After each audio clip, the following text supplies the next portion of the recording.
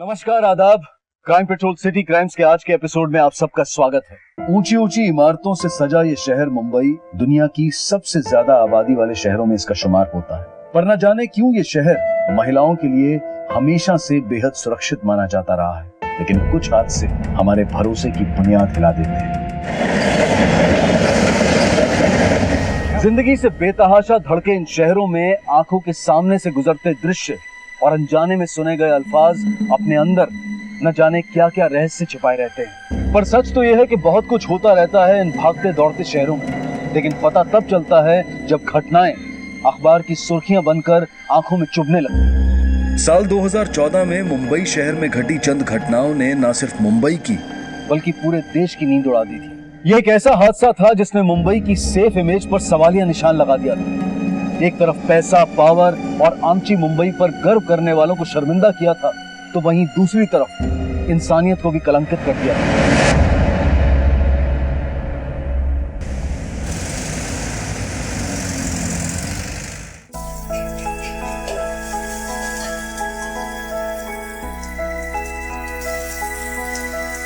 क्या रे, मस्त तेरा हाथ चलता है, एकदम मशीन के माफिक। हाँ, कोई फायदा नहीं। अपन 200 जनों का खाना बनाते हैं और पगार कितना मिलता है? सिर्फ 5,000 रुपए।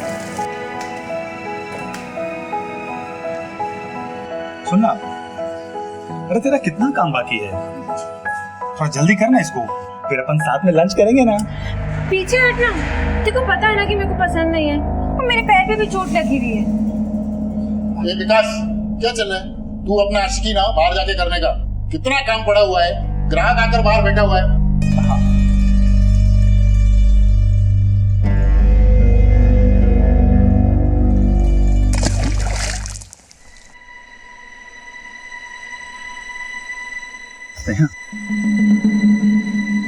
वो मैं क्या बोल रहा था कि तू और मैं मैं और तू, हाँ बोलना। अपन के दिल में कुछ है तेरे लिए। हाँ तो फिर मेरे को क्या बोल रहे हैं? मेरी आई को बोलना। क्या? अरे तू पागल हो गई क्या? मैं तेरी आई को बोलूंगा आई लव यू।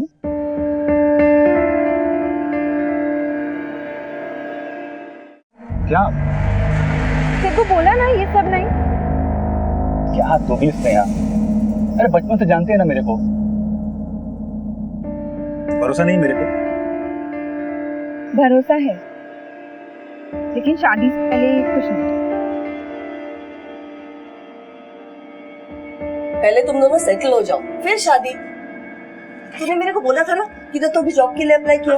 हाँ, कंपनी में टेलीफोन ऑपरेटर का काम है और इसने भी एक नई कंपनी में ही अप्लाई किया हुआ है। तो अच्छी बात है ना, पर पहले काम धंधा जमा लो, थोड़ा पैसा जमा करो, फिर शादी के बारे में सोचो। लेकिन आई, हम दोनों मिलजुल के चला लेंगे, क्यों स्नेहा? नहीं, आई सही बोलती है। पहले हम लोग सेटल होंगे, थोड़ा पैसा वैसा जमा करेंगे और फिर शादी करेंगे। ठीक, मेरे तो माँ बाप है नहीं, आई जैसा बोलेगी वैसा ही कर। आई, अगर कभी मेरा इंटरव्यू पास हो गया ना तो सीधा कैटरिंग का काम बंद और नया काम चालू। फिर तो हम पैसे वैसे जोड़ेंगे ना। मैं कार्ड दिखाती हूँ। अरे सुन, तूने जिधर अप्लाई किया वो कंपनी अच्छी है ना? हाँ, लेकिन आई कंपनी छोटी है, पगार बहुत अच्छी है। आई, अच्छा आई, कल मैं और विकास ना काम के बाद ना इंटरव्यू के लिए जाएंगे और फिर उसके बाद महालक्ष्मी के मंदिर। तो आते वक्त थोड़ा सा देर हो जाएगा, चलेगा ना? देवी के दर्शन के लिए जा रही है ना, जा जा, पर सुन थोड़ा जल्दी आना, काजी वक्त ना तुझे। हाँ आई।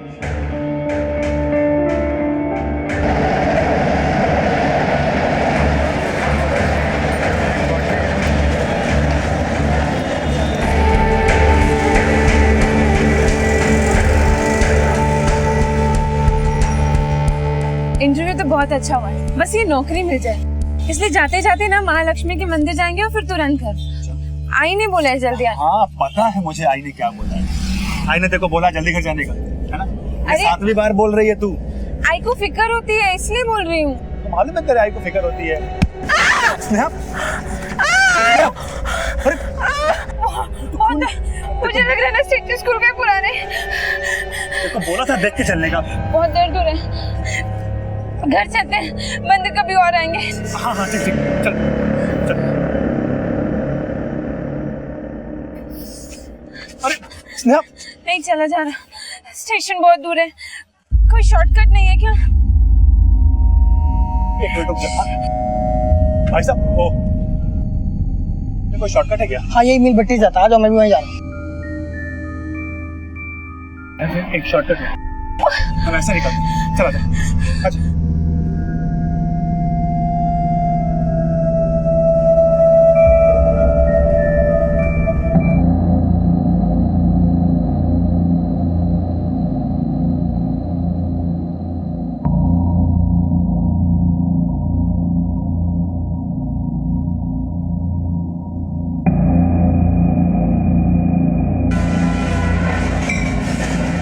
बहुत देर दूर है, चला भी नहीं जाए। हाँ, यहाँ पे थोड़ी देर बैठते हैं, फिर उसके बाद निकल जाएंगे। अच्छा ठीक है, बैठ जाओ। बहुत दर्द हो रहा है। बस पास में स्टेशन, थोड़ी देर यहाँ बैठते उसके बाद निकलेंगे।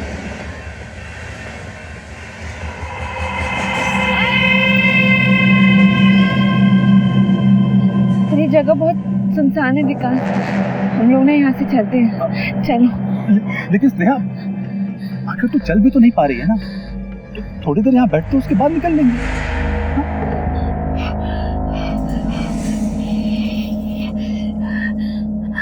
बहुत दर्द हो रहा है।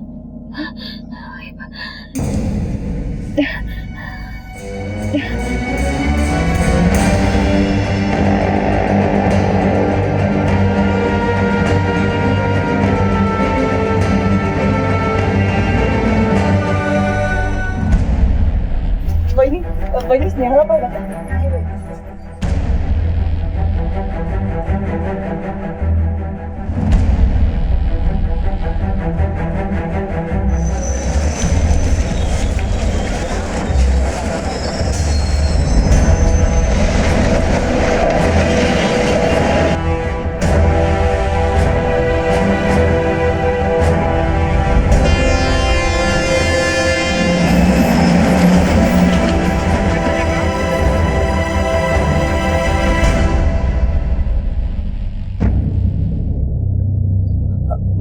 हेलो हेलो मैडम, मैं स्नेहा जोशी की माँ बात कर रही हूँ। वो कल आपके यहाँ पे इंटरव्यू के लिए आई थी ना?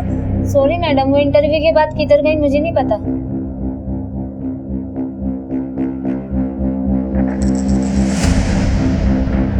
माधव जी, मैं स्नेहा की माँ बात कर रही हूँ। स्नेहा आई थी ना आपके पास कल? वो कल आई थी, लेकिन टाइम से थोड़ा जल्दी निकल गई थी, फिर कहाँ गई मुझे पता नहीं है।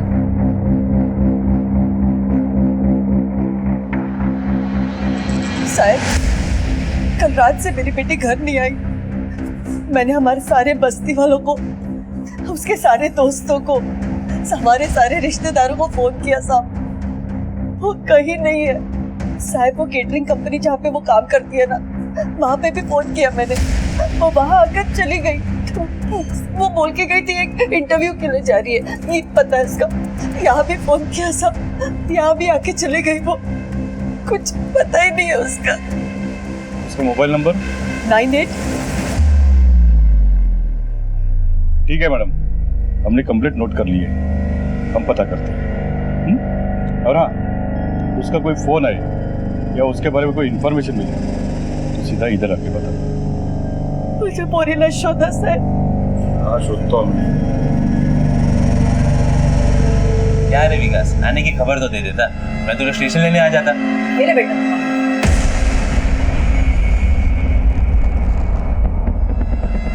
और चाहिए? नहीं नहीं, वो दरअसल मैं जल्दी में निकला तो सोचा कि दोस्त के घर पे जाता हूँ। अच्छा किया यहाँ चले आए, लेकिन सामान किधर है तुम्हारा?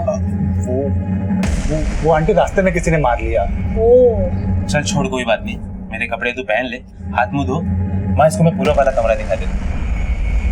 चल चल।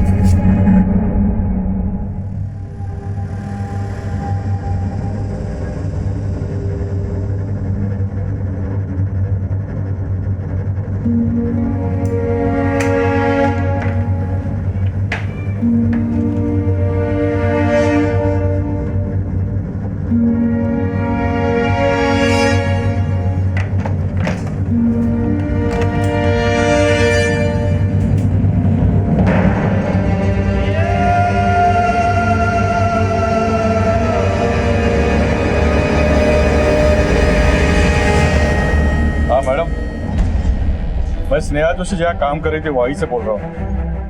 कल वो यहाँ से जल्दी निकल गई थी।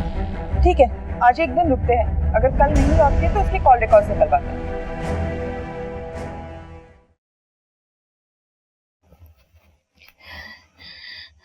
सुनना,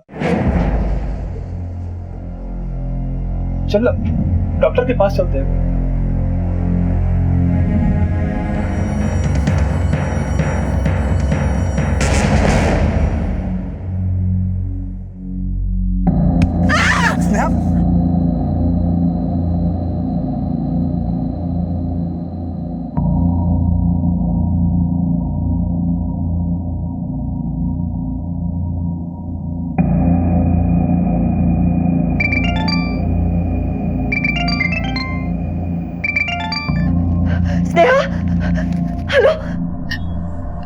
आई आई कुछ है बेटा? स्नेहा, तू ठीक तो है ना? मैं ठीक हूँ आई, बस थोड़ी सी बीमार हूँ। मला तुझी काळजी वाटते। कहाँ है तू? कुछ तो बोल अपने आई को। आई तू रो मत आई, मैं बिल्कुल ठीक हूँ।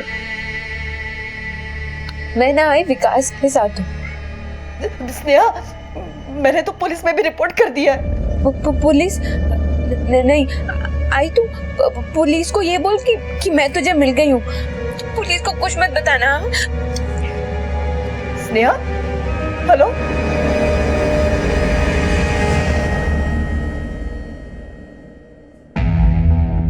साहिब, अरे मैडम, अभी तक आपकी बेटी का कोई पता नहीं चला। पता चलते ही आपको? नहीं साहब, वो मिल गई। मिल गई? किधर मिल गई? यही थी वो। ये आप ये केस प्लीज कैंसिल कर दीजिए। अरे मैडम, ऐसे कैसे केस कैंसिल होगा? पहले आपकी लड़की को यहाँ थाने लेके आओ, पुलिस उसका बयान लेगी, उसके बाद केस कैंसिल होगा। ठीक है साहब।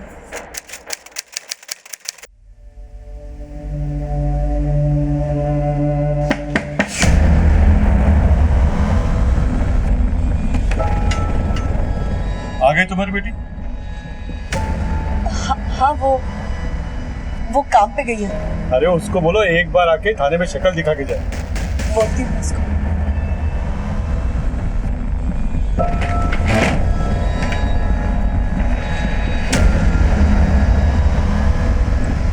आप जिस नंबर को डायल कर रहे हैं वो इस समय स्विच्ड ऑफ है।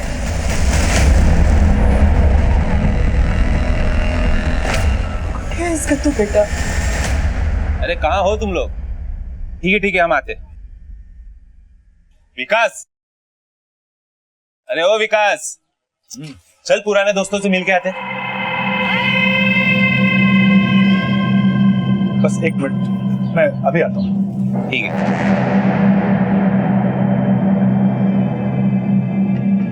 स्नेहा, मैं वो मनोज के साथ में बाहर जा रहा हूँ, तुम अंदर रहना।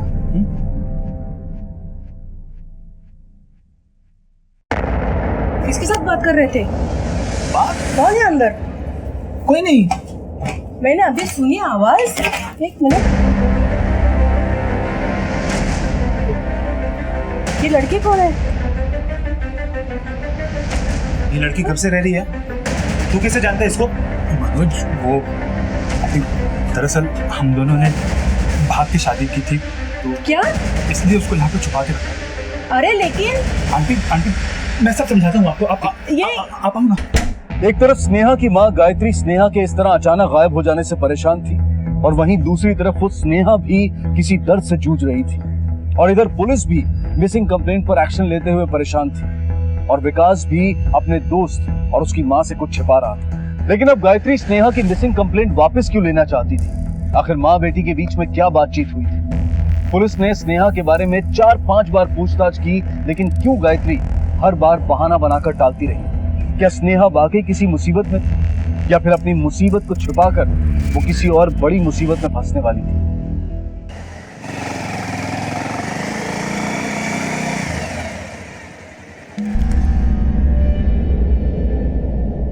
तो आज कहाँ चलना है मैडम? नया असाइनमेंट दिया है बॉस ने, मुंबई के अनोखे स्ट्रक्चर्स कैप्चर करने का।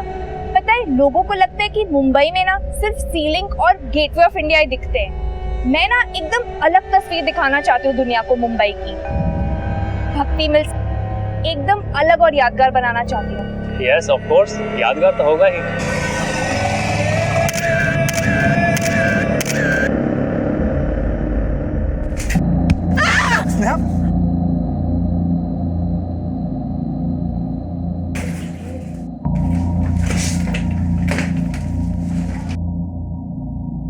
मुझे मुंबई जाना है। क्या? आई से बात हुई है मेरी।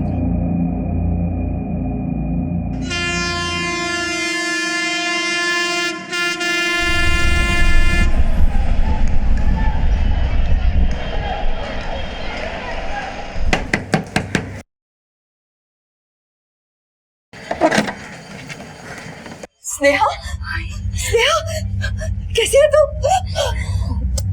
ठीक तो है ना तू? कहाँ थी तू इतने दिन? आई मैं बताता हूँ ये सब। तू जा यहाँ से, जा अपने घर जा। चल, और ये बैग मुझे दे दे।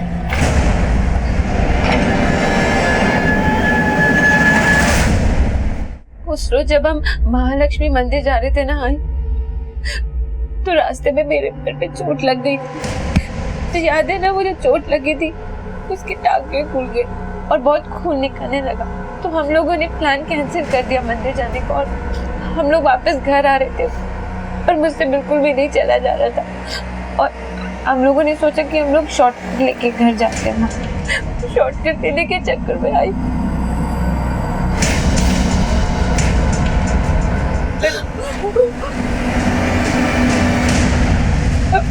मुझे कुछ भी समझ में नहीं आ रहा था मैं क्या। सुन, किसी को कुछ कहने की जरूरत नहीं है। हम बस कल थाने जाएंगे और केस वापस ले लेंगे। किसी को कुछ पता नहीं चलना चाहिए, वरना ये समाज।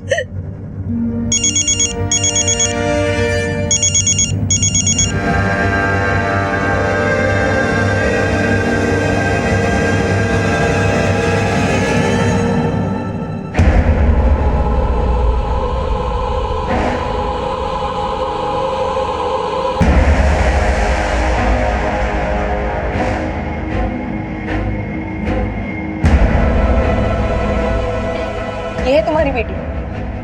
हो मैडम, वो केस वापस लेना था। अब तो ये आ गई ना। बेचारे केस फाइल्स दे दो।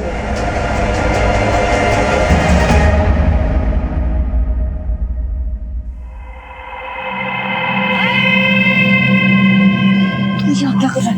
अरे वो क्या पूछ रही? मैं कब से उसका फोन करूं, फोन उठा ही नहीं रही मेरा। एक मिनट, इधर आइए। तुम भी। नाम क्या है तुम्हारा? जी, विकास। क्या लगते हो उसके? तो दोस्त है मेरी। सच बोल रहा है ये? अभी 1 महीने से कहाँ थी तुम? क्या हुआ था तुम्हारे साथ? देखो, यहाँ पर किसी से डरने की कोई जरूरत नहीं। कुछ भी तो नहीं। आप केस वापस लीजिए ना। 1 मिनट, मैं इससे बात करूं। क्या हुआ था तुम्हारे साथ? पिछले 1 महीने से तुम्हारी माँ तुम्हें ढूंढ रही है, हम तुम्हें ढूंढ रहे हैं। कहाँ थी तुम? किसी ने कुछ किया तुम्हारे साथ? मारा?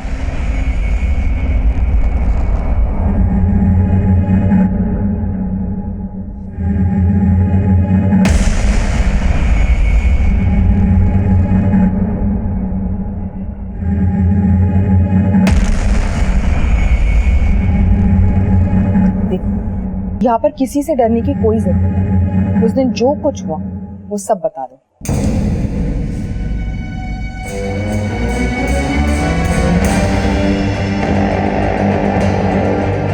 बोलो।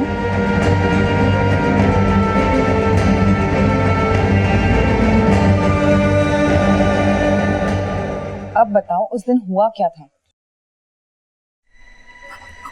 उस रोज जब हम लोग महालक्ष्मी मंदिर की तरफ जा रहे थे तो मेरे पैर में चोट लग गई थी और हम लोगों ने भक्ति मील वाले रास्ते से शॉर्टकट लिया रेलवे स्टेशन जाने के लिए। ये विकास भी मेरी शक्ति था। भक्ति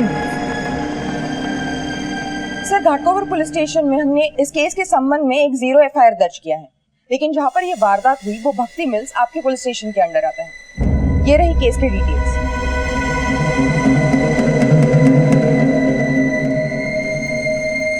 आप बताइए, आपके साथ क्या हुआ? मेरे पैर में बहुत दर्द हो रहा था, तो इसलिए मैं और विकास वहाँ पर थोड़ी देर आराम करने के लिए रुक गए थे। मैं ना ये रुमाल बांध देता हूँ, इससे तेरा खून बंद हो जाएगा। क्या हो रहा है भाई? तुम लोगों को मालूम नहीं है प्राइवेट इलाका? हाँ हाँ, वो मालूम है, ये प्राइवेट इलाका है। तो दरअसल हम लोग महालक्ष्मी स्टेशन जा रहे थे, तो अचानक इसके पैर में चोट लगी, तो थोड़ी देर बैठ गए थे। तो ऐसे कैसे रुक गए? हाँ, प्राइवेट एरिया ही है, ये बाप का बगीचा नहीं है। बाप पे मत समझा ना। ए, क्या करेंगे? हाँ, तू इधर लड़की के साथ आया ना, टाइम पास भी किया तो भाड़ा कौन देगा? हम लोग निकल रहे हैं, विकास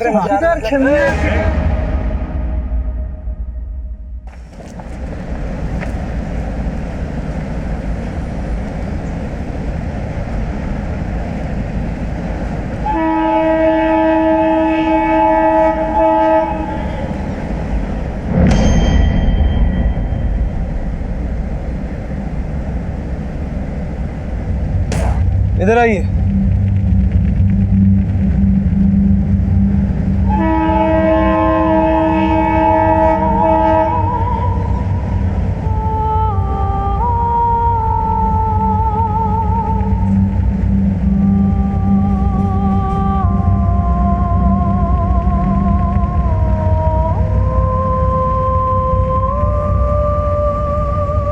ये दुपट्टा आपका?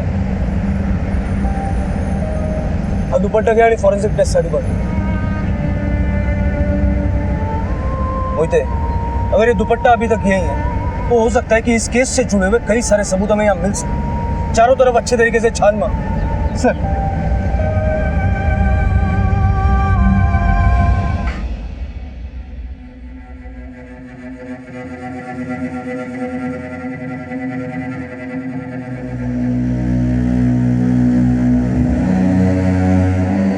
ये सारी चीजें कलेक्ट करो और फॉरेंसिक टेस्ट के लिए भेजो। सर,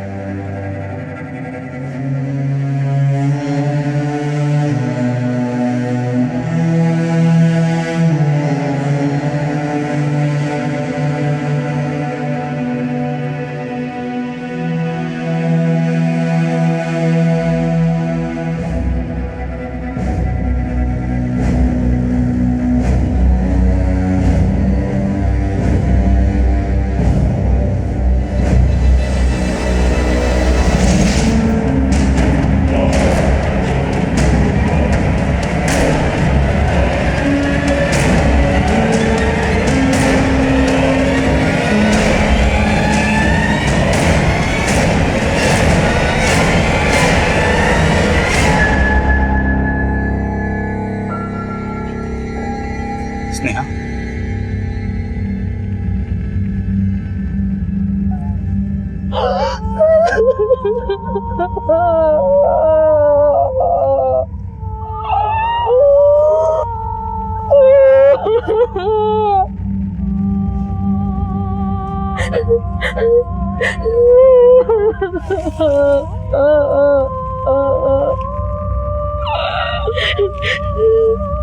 साहब, वो घटना के बाद उन पांचों ने हम दोनों को इधर ही छोड़ दिया और फिर धमकी भी दी, और उसके बाद वो लोग उस रास्ते से निकल गए।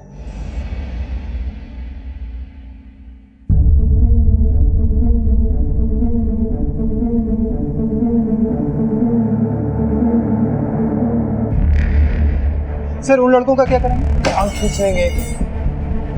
उन लड़के भक्ति मिल्स के आसपास के, अपने आदमियों को काम पे लगा। 22 तारीख को फोटो जर्नलिस्ट का केस भी आया था। हाँ सर। क्या कर रहे हो इधर? क्यों, क्या हुआ? वो केस क्राइम ब्रांच देख रही है। आई नो मोहिते, लेकिन एक ही जगह सिमिलर तरीका, सिमिलर वारदात। मुझे पूरा विश्वास है कि ये दोनों केस एक दूसरे से जुड़े हुए हैं। उन लड़कों में से एक भी हाथ में आ गया, जबान खींच के बाकी के नाम उगलवा लेंगे। क्राइम ब्रांच से भी इस केस की details share. Sir, photo journalist के मामले के बाद पुलिस और प्रशासन दोनों सतर्क हो गए। इस केस की निंदा करने के लिए लोग सड़कों पर उतर आए थे। इंसाफ के लिए आवाजें उठने लगी। पुलिस पर लगातार दबाव बढ़ रहा। एक ही जगह पर एक जैसे दो जघन्य अपराधों ने सबको सकते में डाल दिया। पुलिस के लिए इन दोनों केसेस को सुलझाना एक बड़ी चुनौती थी, जहां शायद अपराधी एक ही थे, लेकिन पुलिस बड़ी मुस्तैदी से इस केस को हल करने के लिए दिन रात जुटी हुई थी। पर इतना तो तय था कि पुलिस का पाला शातिर मुजरिमों से पड़ा था।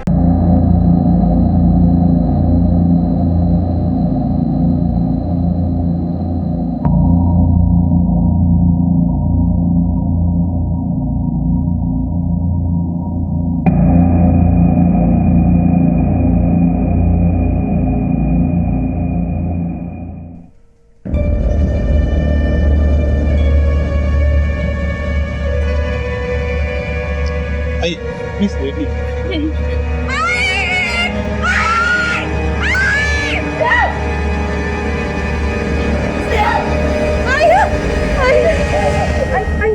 इस आदमी को बोल रहा था जाने को आई। मैं डॉक्टर से यहाँ लेडी डॉक्टर नहीं है? जी बुलाइए।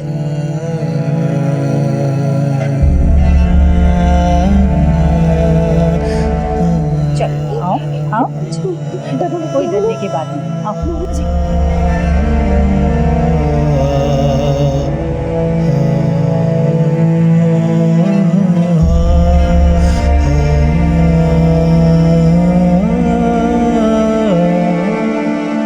देखिए, इंसिडेंट को 1 महीना हो चुका है। शरीर पे इंजुरीज है, पर शारीरिक इंजुरी से ज्यादा मन को दिमाग को चोट लगी है।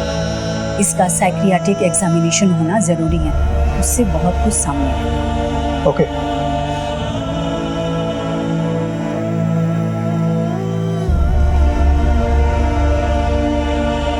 वो लोग जब मैं आंख बंद करती हूँ ना,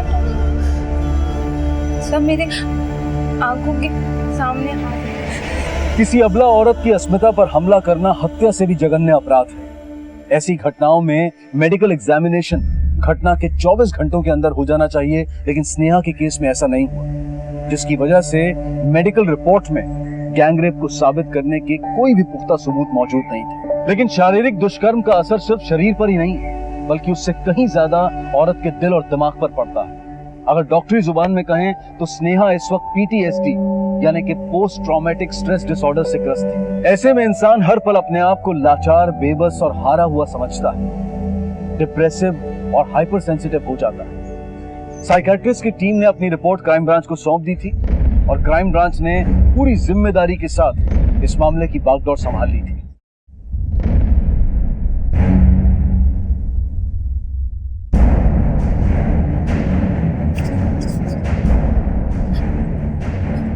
वो पांच उनमें से 16-17 साल का लड़का था शायद।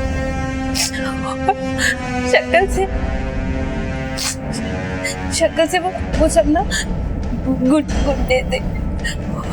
और उसके बाद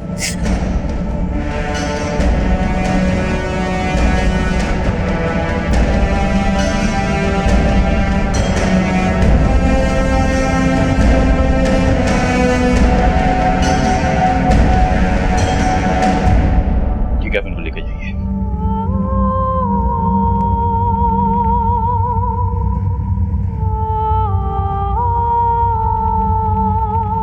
भक्ति मिल के पास में डिस्क्रिप्शन से मैच करते हुए जितने भी लड़के हैं सब बोल।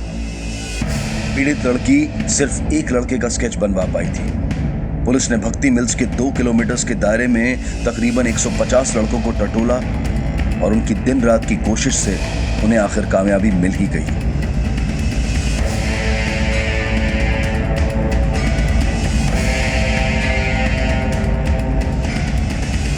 चलो भाई, चल जल्दी।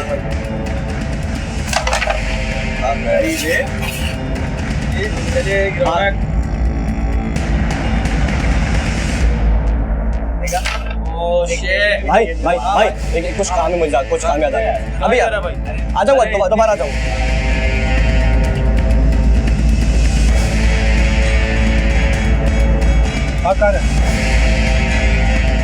सब मैं कब भाग रहा था, मैं तो घर जा रहा हूँ। चल थाने बात कर ली। सब हुआ क्या है? चल चल ले चलो।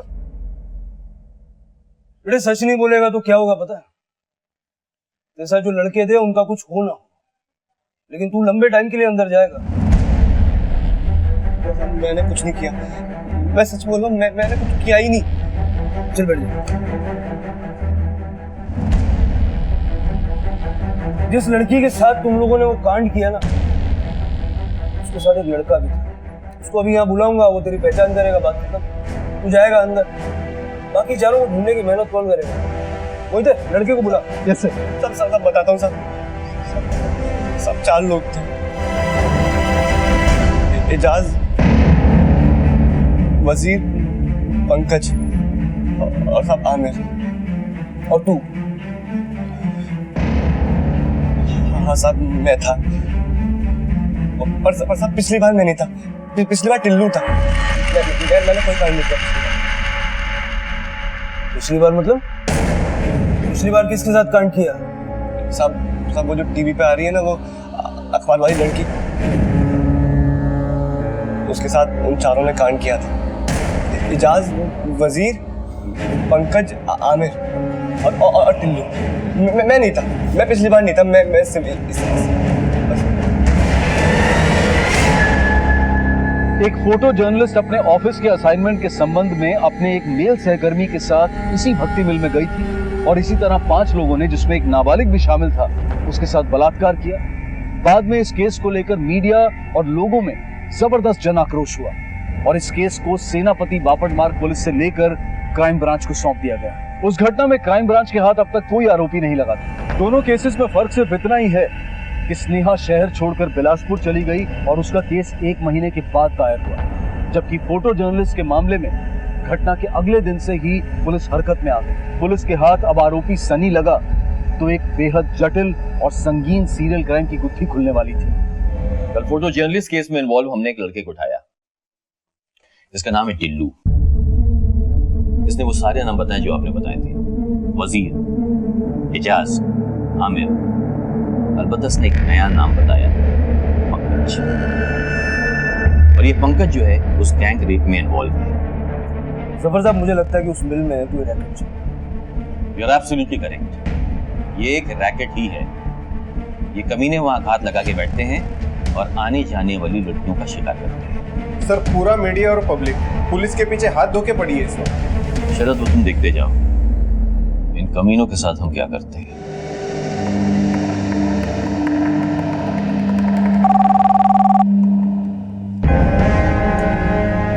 सलाम साहब, अफजल बोल रहा हूँ। बोलो अफजल, क्या खबर है? एजाज दिल्ली से आ गया साहब, जरीमारी खोली में।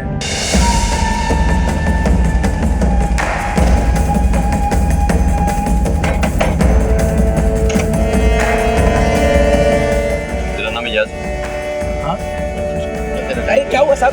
साहब अरे हाँ साहब, मैं मुमरा से बोल रहा हूँ। वो वजीर शेख है ना, जिसका टीवी पे न्यूज़ आया था, उसको मैंने देखा है उसकी खोली पे जाते हुए।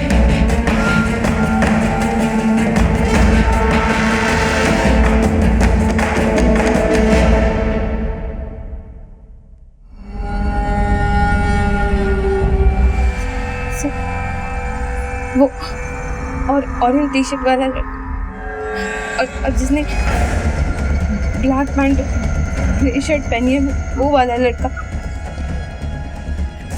हाँ सर, वही दोनों है, बाकी इनमें से कोई नहीं है।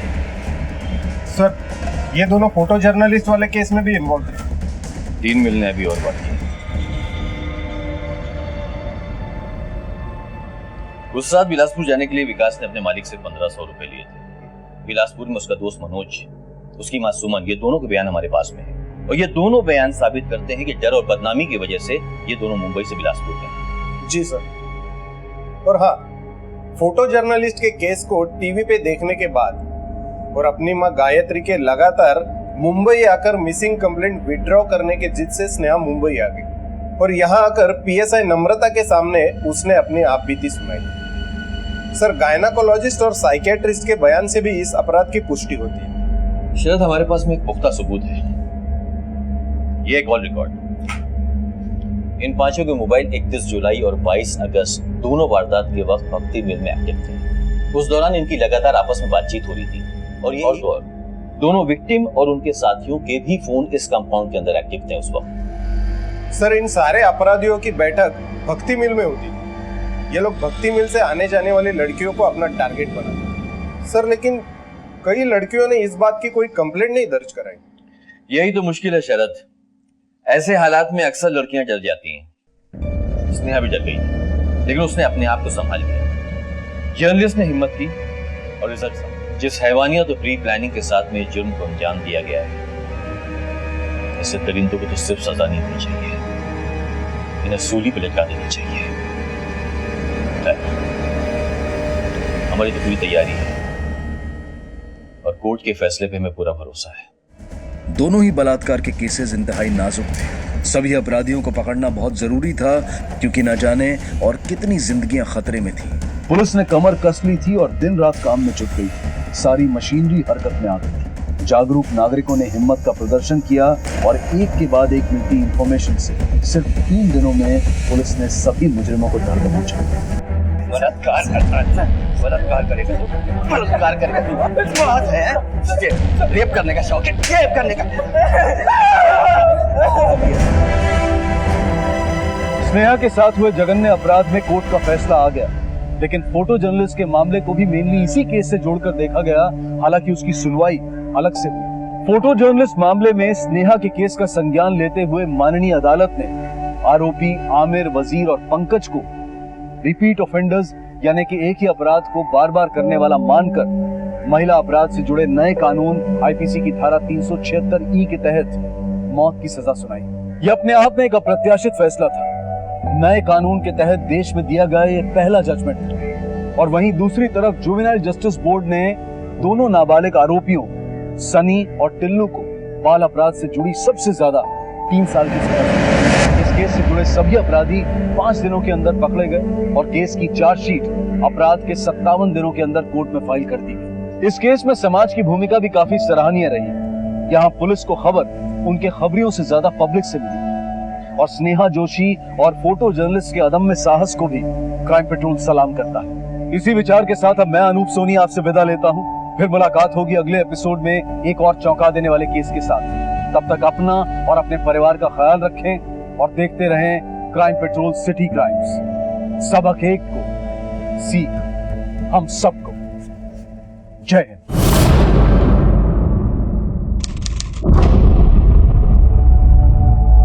दिव्या, तुम्हारी हो तो चलो, मुझे लेट हो रहा है। हाँ आ रही हूँ, बस 1 मिनट।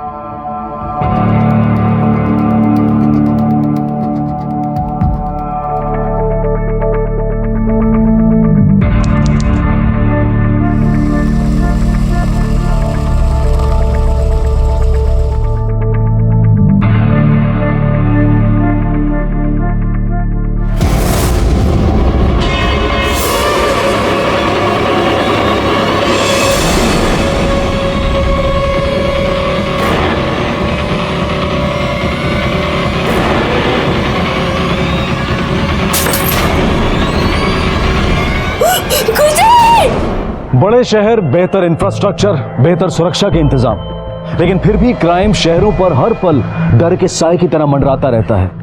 बंद दरवाजों में भी लोग सुरक्षित नहीं हैं। आपकी एक छोटी सी गलती या लापरवाही जिंदगी भर के लिए भारी पड़ सकती है। यहाँ इस केस में एक माँ कुछ देर के लिए अपने ही घर में बंद दरवाजों के पीछे को अकेले छोड़कर गई और उन्हीं चंद मिनटों में उस बच्ची को अगवा कर लिया गया। एक मासूम को इस तरह से अपहरण करने के पीछे आखिर अपराधी का मकसद क्या था और वो अपराधी कौन थे? और सबसे बड़ा सवाल, क्या एक माँ को उसकी मासूम बच्ची वापस मिल पाएगी? क्या तूने नहीं देखा? आंखें बंद करके खड़ा रहता है क्या यहाँ पर? हम सच कह रहे हैं मैडम, हमने नहीं देखा। कोई नहीं लेके गया आपकी बच्ची को यहाँ से। इस बिल्डिंग में आने जाने का यही रास्ता है ना? तू भी मेरी बच्ची को लेके गया होगा, वो यहीं से लेके गया होगा। बोल ना, कौन लेके गया मेरी बच्ची को? बोल। क्या हुआ भाभी जी, क्यों शोर बज रही हो? मेरी बच्ची पता नहीं कैसे गायब हो गई। कैसे गायब हो गई? ये यहाँ नौकरी करता है या खड़ों के सोता रहता है यहाँ पर? मैंने आप लोगों से कितनी बार इसके खिलाफ कंप्लेंट की, लेकिन किसी ने भी एक्शन नहीं लिया। अगर मेरे बच्चे को कुछ हुआ ना तो आप देखिएगा बस अब।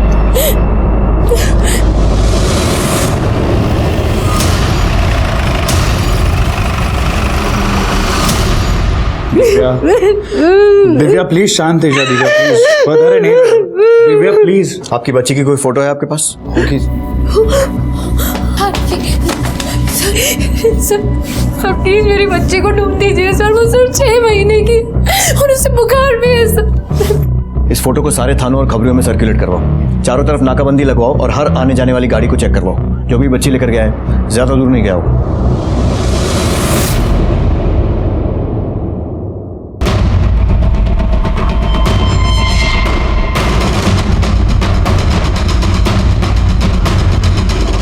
दिव्या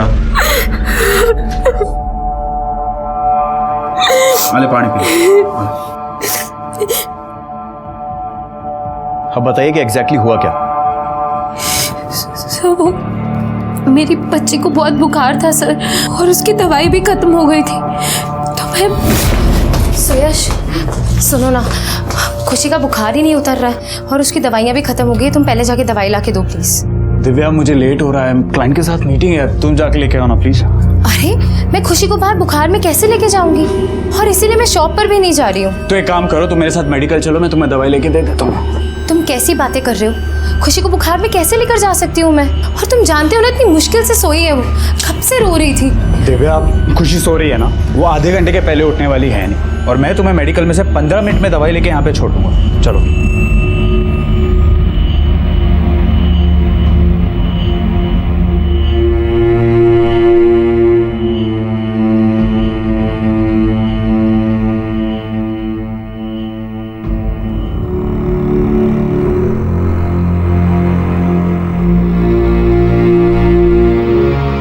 हाँ धर्मेश भाई, हाँ 25 मिनट में पहुंचू छू ना। जल्दी चलो सुयश, खुशी अकेली है। डोंट वरी, 15 मिनट में वापस घर छोड़ दूंगा तुम।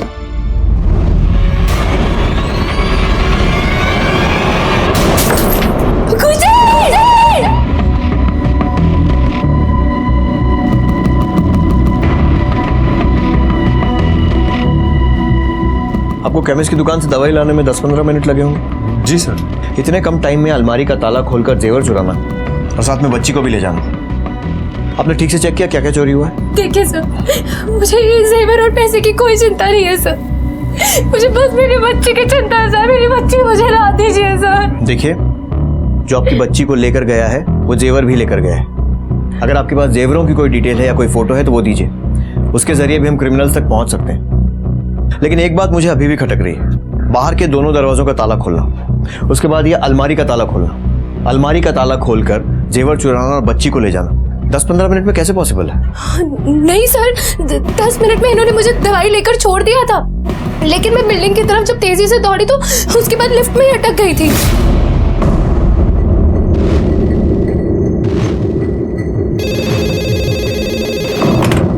हेलो वॉचमैन, ये लिफ्ट कैसे रुक गई? मैडम हमें नहीं पता। तो पता करो ना क्या हुआ है। ठीक है मैडम, देखता हूँ।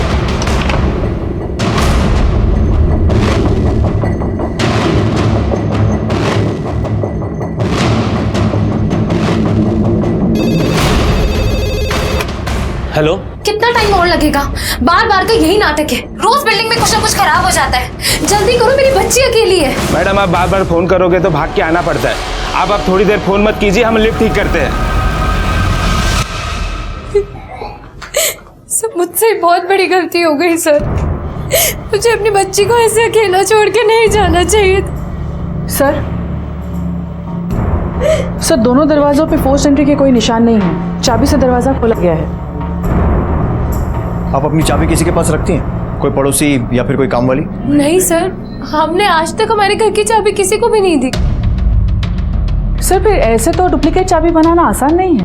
जरूरी नहीं है कि चाबी से ही चाबी बनाई गई हो सकता है कि ताले से भी बनाई गई हो।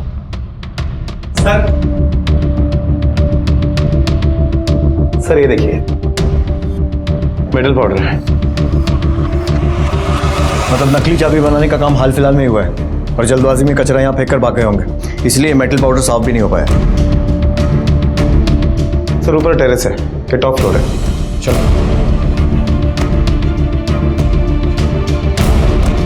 आजू बाजूला चेक करा।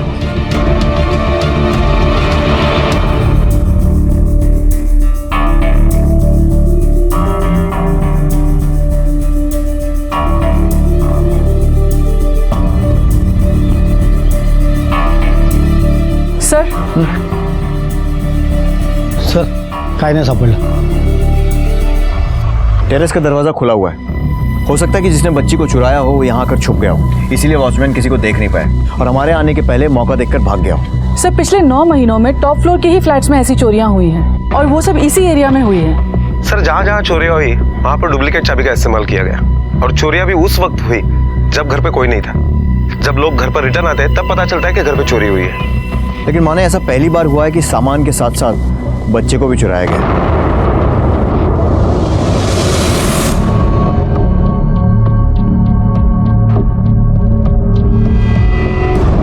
टेरेस का दरवाजा हमेशा खुला रखते हो? हाँ साहब. क्यों? चोरों की मदद करने के लिए? अरे नहीं साहब, हम उनकी मदद काहे को करूँगा. वो केबल वाले, इंटरनेट वाले और आजकल सबका डिस्क भी लगा रहता है ना साहब टेरेस पे, तो बार बार आते हैं, चाबी मांगते हैं, तो साहब इसीलिए खुला छोड़ देता हूँ. और ये लिफ्ट अचानक कैसे खराब हो गई? साहब लिफ्ट के मीटर रूम का फ्यूज उड़ गया था. देख, तेरी बात में अगर जरा सा भी झूठ मिला ना तो थाने ले जाकर तेरा फ्यूज उड़ा दूंगा मैं. साहब हम झूठ काहे को बोलूँगा आपको? दिव्या मैडम के जाने के बाद या उसके पहले किसी अनजान आदमी को तो आते देखा होगा बिल्डिंग में. साहब कुछ समय के लिए हम बाथरूम गया था, तब हुआ होगा, तो मैं बता नहीं सकता.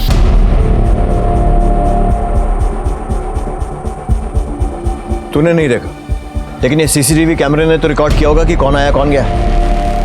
टीवी रूम का है? साहब 2 हफ्ते से सीसीटीवी कैमरा खराब है.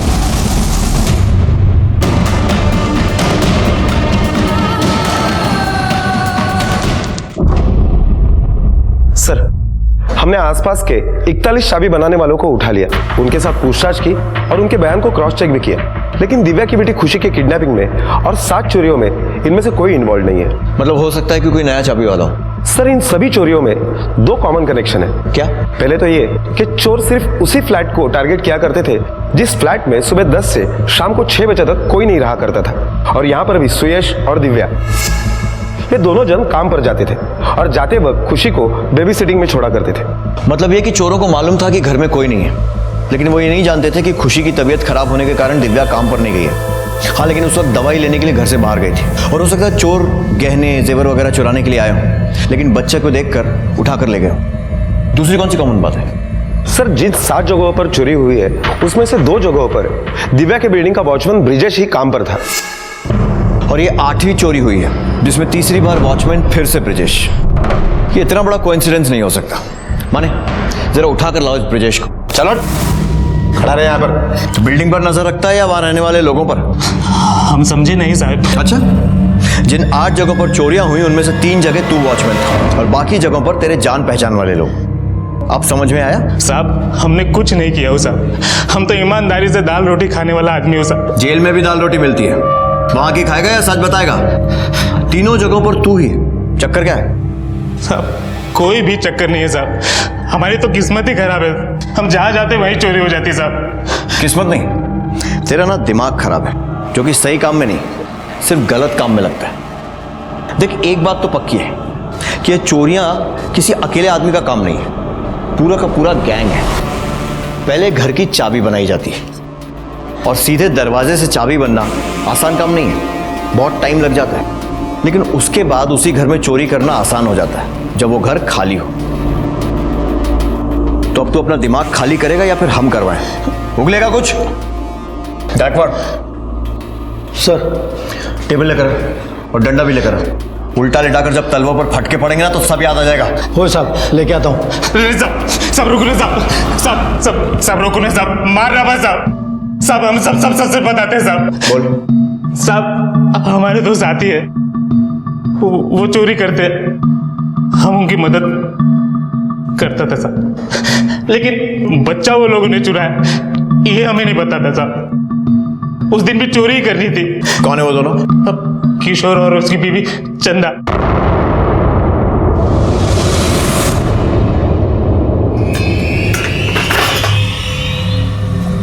जा रहे हैं हम मैडम. हाँ हाँ ठीक है.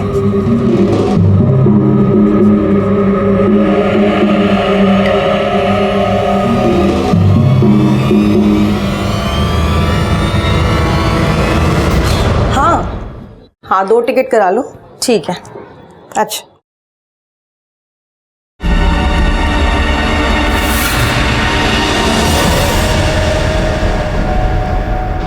रुक रुक रुक. चंदा आर्टिफिशियल हार था, मिल नहीं रहा है वो। हमको क्या पता मैडम, तुम ही तो आई थे भी काम करने के लिए, उसके बाद नहीं मिल रहा है। थैला दिखा, दिखा दे रहा था ना। अरे अरे हाँ दिखा ना। अरे इसमें कुछ नहीं है मैडम। और पता चल जाएगा, रुक जा। अरे छोड़िए, 1 मिनट रुकना, देख लेते हैं। छोड़िए हमारा थैला। अरे इसमें कुछ नहीं है। ये क्या है? चोरनी कहीं की? तुझ पे इतना भरोसा किया, काम पे रखा और काम करते करते चोरी कर ली। रुक जा, तुझे मैं पुलिस के हवाले करती हूँ। पहले तो मैडम अब पुलिस को काहे फोन कर रही हैं? आपको आपका हार तो मिल गया है ना, तो पुलिस को फोन मत करिए ना। तो मैं तुझे ना पुलिस के हवाले करके ही छोड़ूंगी। रुक जा। अरे अरे कैसी बात करती है मैडम, 500 रुपये के चक्कर में पुलिस को फोन कर रही हैं। कल ही तो आप बोली थी कि हार किसी को दे देंगी, पुराना हो गया, इसीलिए तो हम उठा लिए। 500 रुपये में कौन सा आपका बहुत बड़ा नुकसान हो गया, बताइए जरा। वाह क्या बात है, एक तो चोरी कर दी है, ऊपर से बदतमीजी कर रही है। चल अब निकल इस एरिया से, आज के बाद दिखी ना। ठीक है हम जा रहे हैं, और हमारे पास भी ना कोनो काम की कमी नहीं है। अरे हम तो छोटी मोटी चीजें उठाए थे। हाँ, कोई आएगी ना तो पूरा घर साफ कर देगी, तब आपको समझ में आएगा। जा रहे हैं। बदतमीज।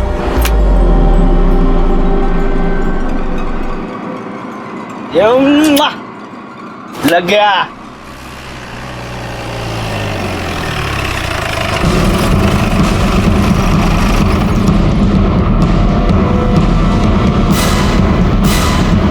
तुम में से किशोर कौन है? सारे छोड़ दो इनको। लेके जाइए साहब इनको, कोई काम धाम नहीं इनके पास, दिन भर इधर ही बैठे ताश खेला करते हैं। एक बच्चा भी नहीं संभाला जा सकता इनसे। लेके जाइए, जेल में ही ठीक रहेंगे ये। बच्चा कहाँ है? तलाशी लो घर की। Okay sir.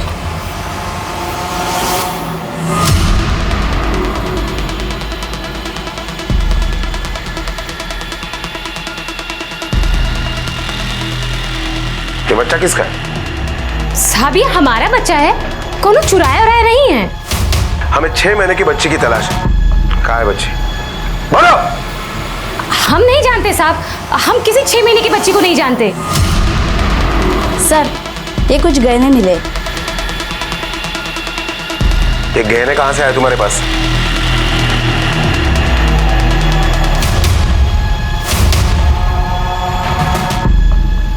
सर ये देखिए।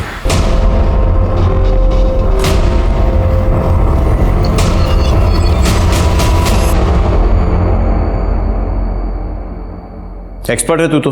चाबी बनाने का सारा सामान तेरे घर से मिला है। दिव्या जोशी के घर की नकली चाबी भी तूने ही बनाई थी ना, और फिर चोरी करने के साथ साथ उसकी बच्ची को उठा कर ले गया। देख बहुत छोटी बच्ची है वो, जल्दी बता दे कहाँ है। कोई बच्चा नहीं चुराया है साहब, गरीब आदमी है, घरों में काम करते हैं, छोटी मोटी चीजें उठा लिया करते थे। हाँ ये बात है कि हम पति के साथ मिलकर छोटी मोटी चोरियां भी कर लेते थे, लेकिन साहब बच्चा नहीं चुराए हैं, सच बोल रहे हैं। अच्छा बोले मैडम, ये गहने ये कोई छोटी चोरी नहीं है, और बच्चा चुराना इससे भी बड़ा क्राइम है। अब ये बताओ, 2 दिन पहले तुम्हारे पति के साथ तुम दिव्या जोशी के घर पे गई थी ना? कसम खा के कह रहे नहीं गए हम साहब। चल ठीक है, मान लिया कि तू दिव्या जोशी के घर नहीं गया, लेकिन बाकी 7 जगह तो चोरी की वारदात कबूलता है ना तू? हाँ? तो फिर ये बता कि उन 7 जगहों पर तूने चोरी कैसे की? क्योंकि जिसने भी दिव्या जोशी के घर पे चोरी की है उसने बिल्कुल तेरा तरीका इस्तेमाल किया है। टॉप फ्लोर पर चोरी हुई है और नकली चाबी बनाकर हुई है। साहब हम मानते हैं कि हम भी उसी तरीके से चोरी करते थे। हाँ साहब, वो ब्रजेश है ना साहब, वॉचमैन है, वो हमारा दोस्त है, पार्टनर है हमारा, वही हमें टॉप फ्लोर का खबर देता था कि वहाँ पे रहने वाले लोग जो हैं वो काम धंधे वाले थे। उसके बाद हम सोमवार से शुक्रवार के बीच 11 बजे के बाद हम वहाँ पर जाते थे चोरी करने के लिए।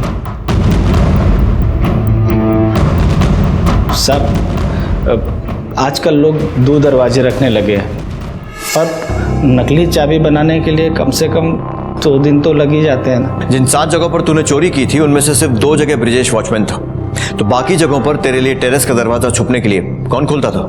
सब वो ब्रजेश के ही जान पहचान के लोग थे, वॉचमैन। तो किसी न किसी बहाने से वो बिल्डिंग के अंदर चला जाता था और छत का दरवाज़ा खोल देता था। उसके बाद हम चाबी बनाने के बाद दिन तय करते थे कि किस दिन चोरी करनी है। साहब फिर हम दोनों बढ़िया कपड़े पहन के एकदम टिप टाप बन के अपने बच्चे को साथ लेकर बिल्डिंग के अंदर जाते थे ताकि कौनो हम पे शक ना कर सके। अगर कोई हमको दिक्कत होती थी ना तो ब्रिजेश वहाँ आ जाता था हमारी मदद करने के लिए।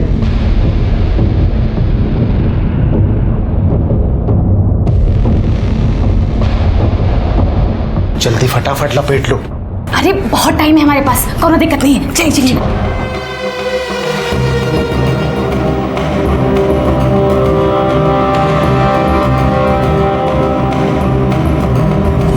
जब तू बाकी 7 जगहों की चोरियां कबूल कर रहा है तो फिर दिव्या जोशी के घर की चोरी कबूल करने में तुझे क्या प्रॉब्लम है? हाँ सब हम माई कसम खा के कहते हैं साहब, हमने बच्चा नहीं चुराया साहब। सब हमको पता है कि चोरी करने की सजा कम होती है, बच्चा को अगवा करने का सजा ज्यादा होती है। कहीं ऐसा तो नहीं है कि इसी डर से कि बच्चा चोरी करने की सजा बहुत ज्यादा होती है तो दिव्या के घर की चोरी कबूल नहीं कर रहा है? अब तो हमने आपको सब कुछ सच सच बता दिया साहब। अब तो हमें हमारे बच्चे से मिलने दीजिए ना साहब। न जाने हमारा बच्चा कैसे हाल में होगा। बिल्कुल ठीक ठाक है वो, कुछ नहीं हुआ है उसे, एनजीओ वाले के पास है और फिलहाल तुम उससे मिल नहीं सकती। लेकिन साहब मेरा बच्चा साहब अगर तुम दिव्या जोशी के घर पे गई नहीं थी और उसकी बेटी को तुमने किडनैप नहीं किया है तो फिर वहां का वॉचमैन ब्रिजेश तुम्हारा नाम क्यों ले रहा है? साहब ये एक नंबर का झूठा और मक्कार इंसान है।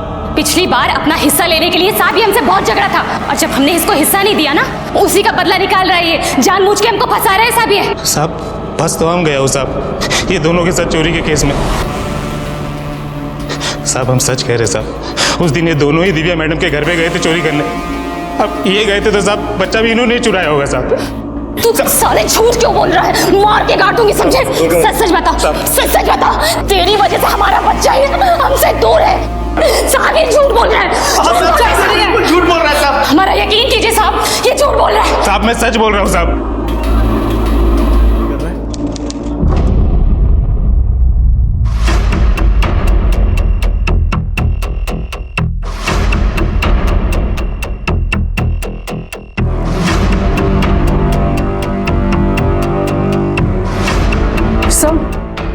ये जो ज्वेलरी चंदा और किशोर के घर से मिली है इनमें से एक भी पीस दिव्या जोशी के ज्वेलरी से मैच नहीं करती।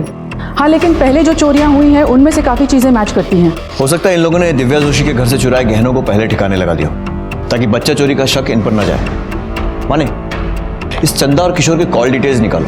अगर इन्होंने बच्चे को किसी को भी बेचा है तो उससे फोन पर जरूर बात की होगी। Okay sir.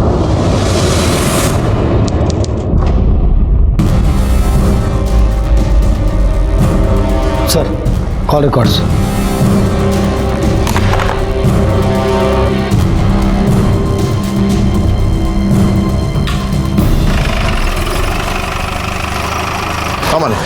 सर किशोर और चंदा इन दोनों के पिछले 3 महीने के कॉल रिकॉर्ड्स हमने चेक किए। उनमें से हमें कुछ नंबर ऐसे मिले जिनके साथ इन दोनों की लगातार बातें हुआ करती थी। सर पूछताछ के साथ साथ हमने इन सभी लोगों के घर की तलाशी ली लेकिन खुशी का कहीं पता नहीं चला। हाँ सर, लेकिन एक बात हमें ऐसे पता चली है, शायद उस बात से हमें कुछ मदद मिल सके। क्या? सर 10 महीने पहले किशोर एक IVF सेंटर के लिए काम किया करता था। स्पर्म डोनर, सरोगेटेड मदर अवेलेबल करने के लिए उसे कमीशन मिलता था। इसका मतलब किशोर ऐसे कपल्स को जानता था जिनके बच्चे नहीं हो रहे थे और हो सकता है ऐसे ही किसी कपल को उसने दिव्या जोशी की बेटी को बेचा हो सकता है सर, इस बात का चांस है। किशोर जिस दौरान इस IVF सेंटर में काम करता था उस दौरान जितने भी कपल्स आए इलाज के लिए या फिर सिर्फ इंक्वायरी के लिए सबकी इन्फॉर्मेशन निकलवाओ और ये IVF सेंटर में काम करने वाले लोगों से भी पूछताछ करो। जी सर। हेलो, हाँ बोल रहा हूँ। देखिए हम हमारी तरफ से पूरी कोशिश कर रहे हैं और क्या सिर्फ आप इसीलिए उस बच्ची को ढूंढना चाहते हैं? ठीक है। क्या हुआ? स्वार्थीपणाचा पण कळस असतो सर। दिव्या जोशी जिस सोसाइटी में रहती है उस सोसाइटी के सेक्रेटरी का फोन था। सर कह रहा था कि उस लड़की को जल्द से जल्द ढूंढिए। अगर उस लड़की को कुछ हो गया है, नहीं मिल रही है तो उनके सोसाइटी के फ्लैट के रेट गिर जाएंगे। क्या लोग होते हैं, बच्चे की जान से ज्यादा फ्लैट की कीमत की पड़ी हुई है।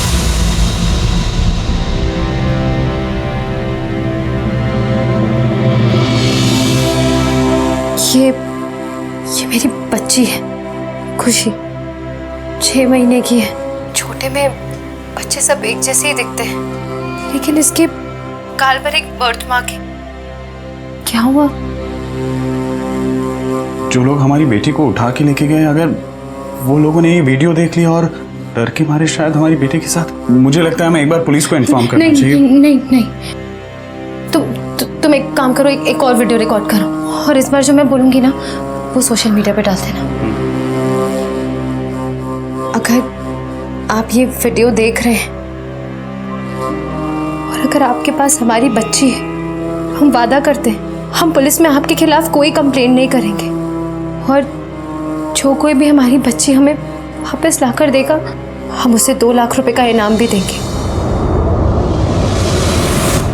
पुलिस ने मासूम खुशी की तलाश के लिए दिन रात एक कर दिया। आईवीएफ सेंटर में काम करने वाले, वहां अपने इलाज के लिए आने वाले सभी लोगों की लिस्ट बनाई गई और उन सभी लोगों से पूछताछ की गई जिन पर शक हुआ और उनके घर वालों की भी तलाशी ली गई, लेकिन खुशी उनमें से किसी के पास नहीं थी। दिव्या जोशी और उसके पति सुयश ने अपनी बच्ची को ढूंढने के लिए सोशल मीडिया का सहारा लिया, लेकिन बच्चों से जुड़े ऐसे संवेदनशील मामलों में सोशल मीडिया का इस्तेमाल करने से पहले बहुत सावधानी बरतनी चाहिए। पुलिस की सलाह लेनी चाहिए, क्योंकि एक गलत कदम बच्चे को वापस पाने की सारी उम्मीदों को खत्म कर सकता है। दिव्या, दिव्या, 40,000 से ज्यादा लोगों ने हमारा वीडियो देख लिया। तुम्हारा आइडिया काम आ रहा है। इसका मतलब हमारी खुशी मिल जाएगी ना? ऑफ कोर्स मिल जाएगी। देखता हूँ। सर आइए सर। खुशी मिल गई क्या? जी नहीं, अब तक तो नहीं मिली और आपने हमारी मुश्किलें और बढ़ा दी हैं। क्यों सर? ये जो आप लोगों ने वीडियो बनाया ना, अब ये वायरल हो गया है और इसे देखकर क्रिमिनल्स और अलर्ट हो जाएंगे और अगर डर के मारे उन्होंने कोई गलत कदम उठा लिया तो पहले भी ऐसे केसेस हो चुके हैं। आप लोगों को कम से कम हमें तो कॉन्फिडेंस में लेना चाहिए था।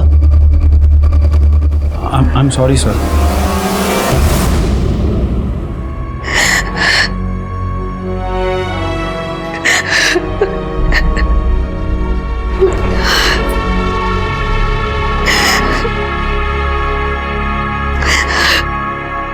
अभी तक बैठी रो रही, अभी रोना बंद कर और जा खाना बना, भूख लगी। अरे कैसे आदमी हो, तुमको जरा सा भी दुख नहीं है ना? और होगा भी क्यों? उस बच्ची से लगाव जो नहीं था। अरे क्या करते लगाव करके, क्या मिलता ये आंसू? अरे कैसे हो गए हो? तुमको अपने आंसू से भी कोई फर्क नहीं पड़ता है ना? लेकिन देखो, हमको अपनी बच्ची वापस चाहिए, हम उससे दूर नहीं रह सकते। हमारी एक बात कान खोल के सुन लो और समझ लो उसको अच्छे से। ना वो तुम्हारी बच्ची हो ना तुम उसकी माँ हो। तुम तीनों में से किसी एक की सजा कम हो सकती है। साहब वो कैसे साहब? तुम में से जो हमें सच बताएगा उसके लिए हम कोशिश करेंगे कि उसकी सजा कम करवा दें, नहीं तो बच्चा चुराने के जुर्म में तुम तीनों लंबा अंदर जाओगे।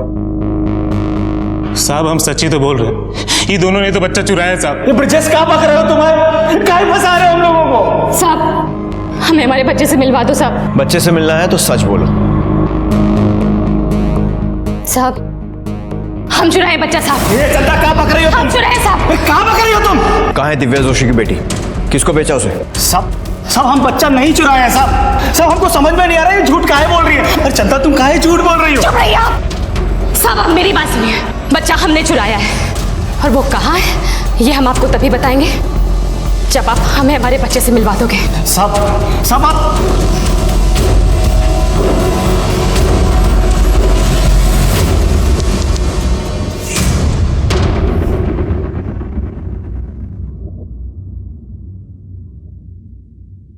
अगर आप ये वीडियो देख रहे हैं और अगर आपके पास हमारी बच्ची है तो हम वादा करते हैं हम पुलिस में आपके खिलाफ कोई कंप्लेंट नहीं करेंगे। भगवान ये क्या नया झमेला मेरे पीछे पड़ गया।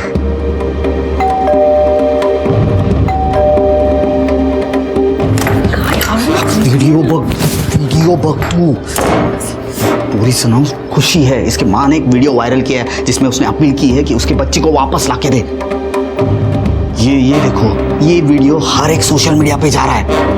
अगर आप ये वीडियो देख रहे हैं और अगर आपके पास हमारी बच्ची है तो हम वादा करते हैं हम पुलिस में आपके खिलाफ कोई कंप्लेंट नहीं करेंगे। लेकिन हम तो इस बच्ची को कहीं बाहर लेकर गए ही नहीं और हम दोनों के अलावा ये हमारे पास है, किसी को नहीं पता। तो वेट लगने का कितने दिन ऐसे घर पे रखेंगे उसको? आओ आयका ना, एक काम करो, हमने जिस आदमी से उसको बोलो यहाँ पे आए और इस बच्चे को लेके चला जाए और हमारे पैसे भी वापस दे दे। हाँ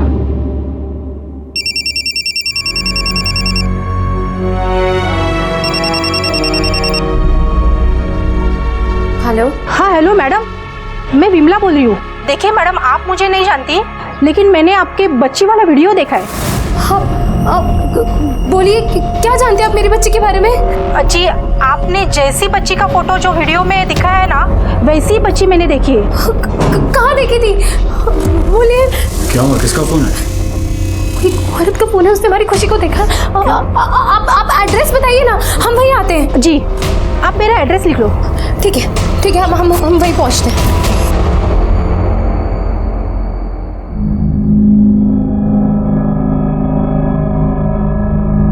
बाबू, मेरा बच्चा, मेरा बाबू। बाबू, कैसा है रे तू? खाना पीना खाया ना तूने ठीक से? बाबू, तेरी माँ तुझे बहुत याद कर रही थी बेटा। मेरा बाबू, मेरा बच्चा, बाबू। चल अब बता, तू तो अपने बच्चे के साथ मिल चुकी, लेकिन अभी भी एक बच्ची ऐसी है जो अपने माँ से दूर है। बता, कहाँ है खुशी? किसे बेचा उसे? साहब, हम किसी बच्चे को नहीं बेचे हैं साहब, और ना ही हम किसी को चुराए हैं साहब। साहब, हम सच कह रहे हैं, हम वहाँ कभी गए नहीं थे साहब। लेकिन अभी अभी तो तुमने कहा था कि तुमने उस बच्ची को चुराया और भेज दिया, और अब ये कह रही हो? साहब, हम आपसे झूठ बोले थे ताकि आप हमें हमारे बच्चे से मिलने दें। पहले झूठ बोला था या आप झूठ बोल रही हो? हाँ, देखो, जैसे तुम अपने बच्चे के लिए तड़प रही थी, वो औरत भी अपनी बच्ची के लिए तड़प रही है। उसके बारे में थोड़ा सोचा है कभी? साहब, हम सच बोल रहे हैं साहब, हम झूठ नहीं बोल रहे। हमारा यकीन कीजिए साहब, हमने किसी को नहीं चुराया है, किसी को नहीं बेचा है साहब। साहब, हमें जाने दीजिए साहब, हमें जाने दीजिए।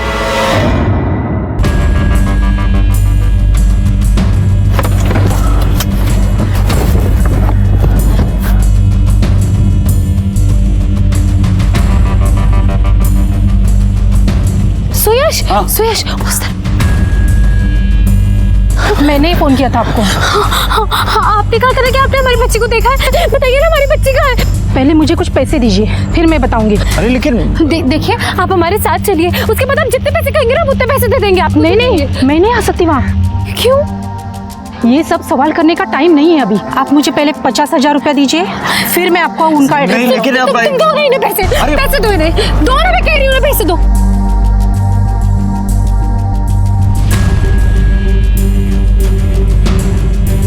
ले लीजिए।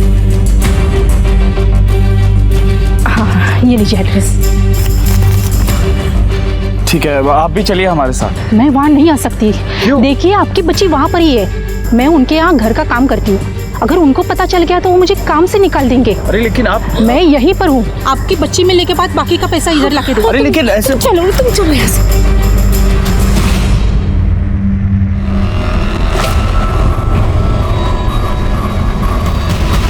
सुयश, यही बिल्डिंग है। चलो।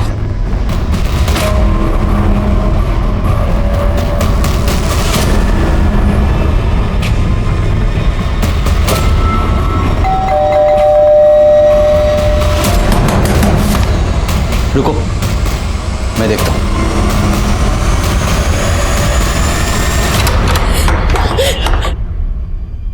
मेरी बच्ची, खुशी, हमारी बेटी खुशी, खुशी, मेरी बच्ची कहाँ है? मेरी बच्ची। सुनिए, आप हो कौन और ऐसे ही कहाँ घुसे जा रहे हो? मेरी बेटी खुशी यहाँ पे, यहाँ पे। अरे हम लोगों का एड्रेस ही है यहाँ का। अरे आप अंदर कहाँ जा रही हो? मेरी बच्ची को ला दो प्लीज, मेरी बच्ची है ये, मैं जानती हूँ। ओंकार, ये तो वही है ना जिन्होंने अपनी बच्ची के लिए वीडियो निकाला है? हाँ हाँ, हम वही हैं। और मैंने उस वीडियो में कहा भी था कि जिनके पास भी मेरे बच्चे होगी मैं उसके खिलाफ कोई कंप्लेंट नहीं करूंगी। प्लीज मुझे मेरे बच्चे दे दो। देखो, आपकी बच्ची यहाँ पे नहीं है, चाहे तो आप घर की तलाशी लो। हाँ, देखिए, सच में आपकी बच्ची हमारे पास नहीं है। क्या? शायद किसी ने आपको गलत इंफॉर्मेशन दी है।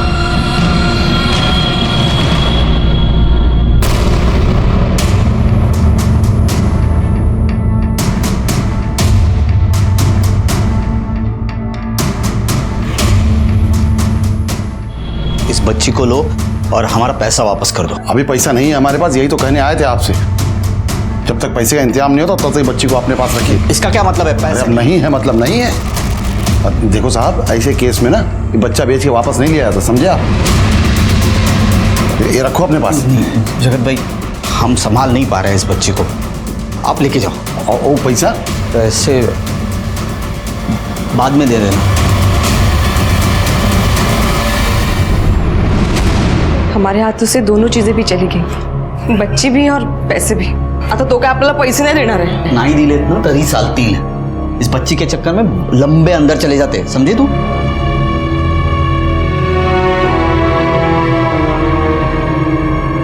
तुला काय झालं? 4 दिवस होती थी मुलगी आपल्यासोबत, अब वो चली गई है तो कुछ अच्छा नहीं लग रहा। सोचो बेचारी उसकी सगी माँ पर क्या गुजर रही होगी।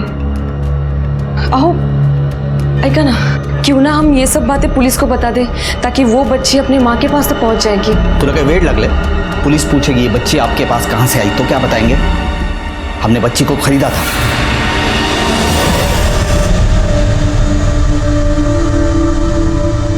सुयश जी, सोशल मीडिया के कुछ नुकसान भी होते हैं। वो औरत आप दोनों को बेवकूफ बना गई।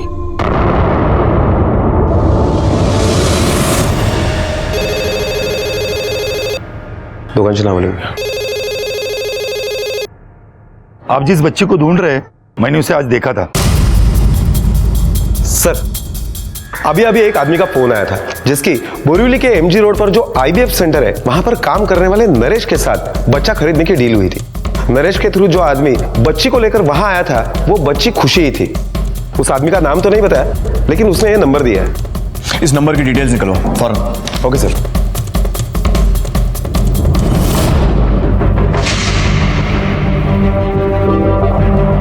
बच्ची कहाँ है? वो लोग बच्ची देने से मना कर दिए हैं। आप उनसे बोलते ना कि बच्ची हमें वापस चाहिए। बहुत समझाए पर वो तैयार ही नहीं हो रहे हैं। सच? हाँ।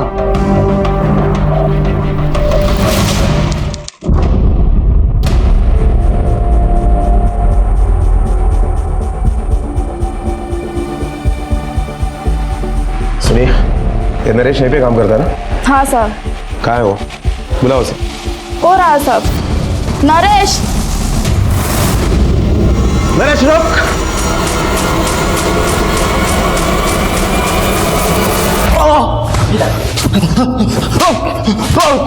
कहाँ है वो लड़की?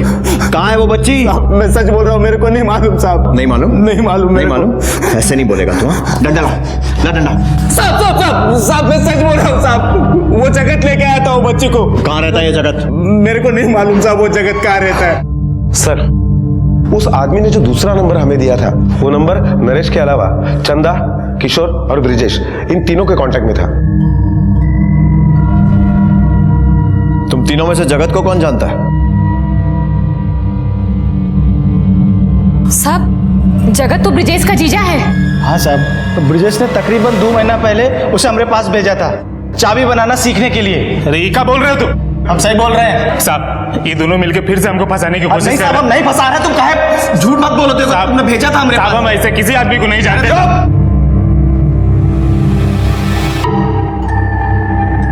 ये जगत के कॉल रिकॉर्ड्स, इसके हिसाब से तेरी हर रोज बात होती थी उससे। साहब, हमको कुछ भी नहीं पता। हमारी बात का भरोसा कीजिए साहब। सीधे सीधे जगत का एड्रेस बता।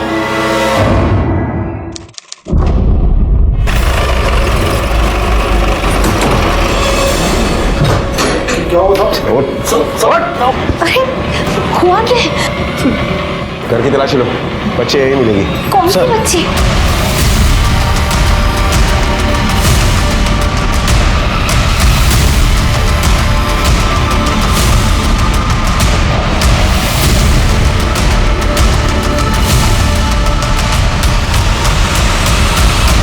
सर, बच्ची यहाँ नहीं है। सर, बच्ची तो नहीं मिली, लेकिन ये कुछ गहने मिले।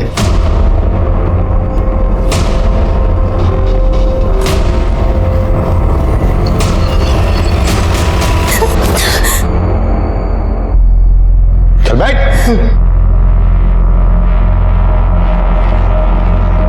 तेरे साले ने हमें सब कुछ सच सच बता दिया। अब तू भी अपना गुनाह कबूल कर ले, नहीं तो तुम दोनों जीजा सालों की ऐसी हालत करूंगा ना। बोलो। साहब, हम ही किए ये सब।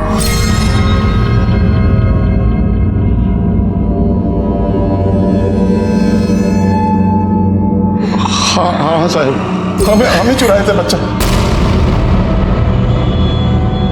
साहब। वो हम अस्पताल में काम करते थे साहब, हमारी नौकरी छूट गई तो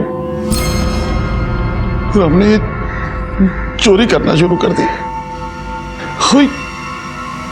बिरजस्वा ही हमको आइडिया दिया था और हमको किशोर के पास भेजा था वो नकली चाबी कैसे बनाते हैं वो सीखने के लिए साहब। हम दोनों ही गए थे चोरी करने।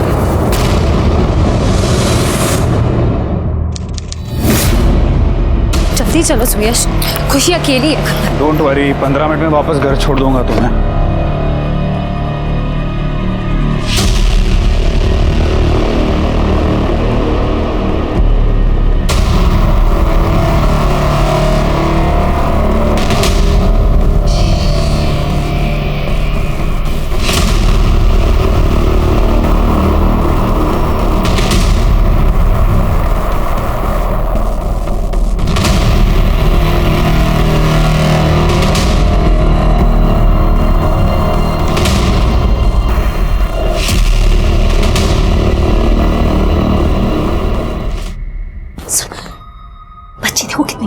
अपने को बच्चा भी नहीं, अगर इसे साथ में लेके जाए तो? नहीं नहीं, जो काम करना है वो कर पहले, चल।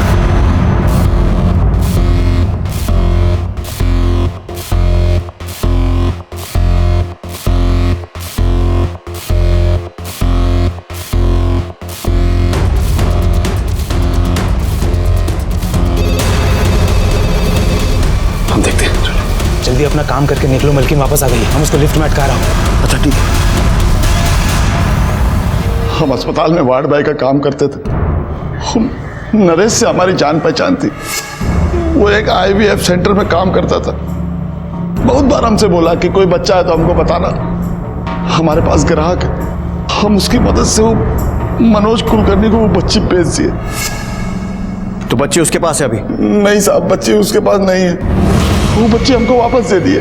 तो फिर हम वो प्रकाश जी को देने के लिए गए। तो बच्ची अभी है कहाँ?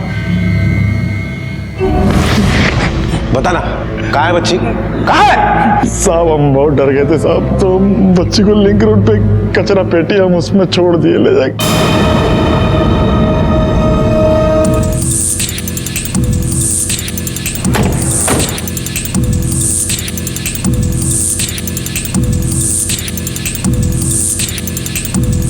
यहाँ आने जाने के 3 रास्ते हैं। आसपास की दुकान, ATM और जहाँ जहाँ पर CCTV लगा हुआ है सबकी फुटेज निकालो। उसी से पता चलेगा कि जगत सही बोल रहा है या नहीं कि वो बच्ची को यहाँ छोड़कर गया था। खुशी की तलाश में पुलिस ने आसपास के सभी CCTV कैमरास की फुटेज चेक की। CCTV विजुअल्स में जगत एक कपड़े में लपेटकर बच्ची को ले जाता हुआ दिखाई दे रहा था और फिर दूसरे फुटेज में वो खाली हाथ दिख रहा था। जगत बच्ची को सड़क के पास छोड़ने की बात पर कायम था। पुलिस ने बच्ची को ढूंढने की बहुत कोशिश की, लेकिन यह नहीं पता चल पाया कि बच्ची को वहां से कौन ले गया। मैंने जो गलती की